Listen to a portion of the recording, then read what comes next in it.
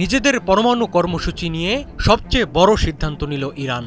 আন্তর্জাতিক আণবিক শক্তি সংস্থার সঙ্গে সব ধরনের সম্পর্ক ছিন্ন করেছে আয়াতুল্লাহ খামেনির দেশটি। এখন থেকে আণবিক শক্তি সংস্থাকে আর কোনো সহযোগিতা করবে না ইরান। এ সংক্রান্ত একটি আইন কার্যকর হয়েছে দেশটিতে। এই আইনের ফলে আন্তর্জাতিক আণবিক শক্তি সংস্থা চাইলেই আর ইরানের পারমাণবিক স্থাপনা পরিদর্শন করতে পারবে না। ফলে ইরান গোপনে পরমাণু অস্ত্র তৈরি করলেও তা নজরদারির বাইরে থাকবে আন্তর্জাতিক সংস্থাটির।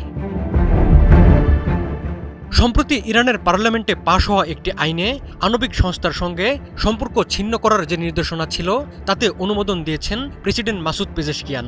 ফলে দেশটির সরকারের জন্য আণবিক শক্তি সংস্থার সঙ্গে সব ধরনের সহযোগিতা বন্ধ রাখা এখন আইনত বাধ্যতামূলক। নতুন আইনে বলা হয়েছে, ভবিষ্যতে ইরানের পারমাণবিক স্থাপনায় আণবিক শক্তি সংস্থার যেকোনো পরিদর্শনের জন্য তেহরানের সর্বোচ্চ জাতীয় নিরাপত্তা পরিষদের অনুমোদন লাগবে। ইসরায়েল ও আমেরিকার সঙ্গে সাম্প্রতিক সংঘর্ষের জেরে ইরান ও আণবিক সংস্থার মধ্যে সম্পর্ক অবনতির দিকে যায়। জাতিসংঘের এই সংস্থাটির বিরুদ্ধে পশ্চিমাদের প্রতি পক্ষপাত এবং ইসরায়েলি হামলাকে ন্যায্যতা দেওয়ার অভিযোগ তোলে ইরান। গত জুনেই আণবিক সংস্থার শীর্ষ পর্যায়ের এক বৈঠকে ইরান পরমাণু অস্ত্র বিস্তার রোধ চুক্তির বাধ্যবাধকতা লঙ্ঘন করেছে বলে অভিযোগ আনা হয়েছিল। তার পরদিনই ইসরায়েল ইরানে নজিরবিহীন হামলা চালায়। এর জেরে আন্তর্জাতিক সংস্থাটির সঙ্গে সম্পর্ক ছিন্নের সিদ্ধান্ত নিল ইরান। আন্তর্জাতিক আণবিক শক্তি সংস্থা দীর্ঘদিন ধরেই তেহরানের ইউরেনিয়াম সমৃদ্ধকরণ কার্যক্রম পর্যবেক্ষণ করে আসছিল। তেহরান বরাবরই বলে আসছে তাদের পরমাণু কর্মসূচি শান্তিপূর্ণ উদ্দেশ্যে ব্যবহারের জন্য। কিন্তু বিশ্লেষকরা বলছেন ইরানের নতুন সিদ্ধান্ত পারমাণবিক পর্যবেক্ষণ ব্যবস্থায় বড় ধরনের বিপর্যয় ডেকে আনতে পারে।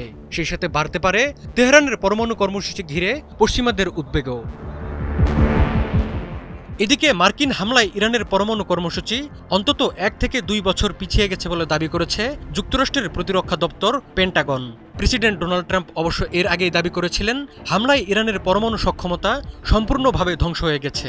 গত 21 জুন ইরানে B-2 স্টেলথ বোমারু বিমান পাঠানোর পর থেকেই ট্রাম্প বারবার বলে আসছেন কেউ কখনো এমন ধ্বংস হতে দেখেনি। এর আগে মার্কিন গণমাধ্যমে ফাঁস হওয়া গোয়েন্দা রিপোর্টে বলা হয়েছিল মূল অবকাঠামো নষ্ট না হওয়ায় ইরানের কর্মসূচি অল্প সময়ের জন্য পিছিয়ে গেছে। হামলার আগেই পরমাণু কর্মসূচির মূল উপাদান মূল্যবান ইউরেনিয়াম সরিয়ে নেওয়ার কথা জানিয়েছিল ইরান।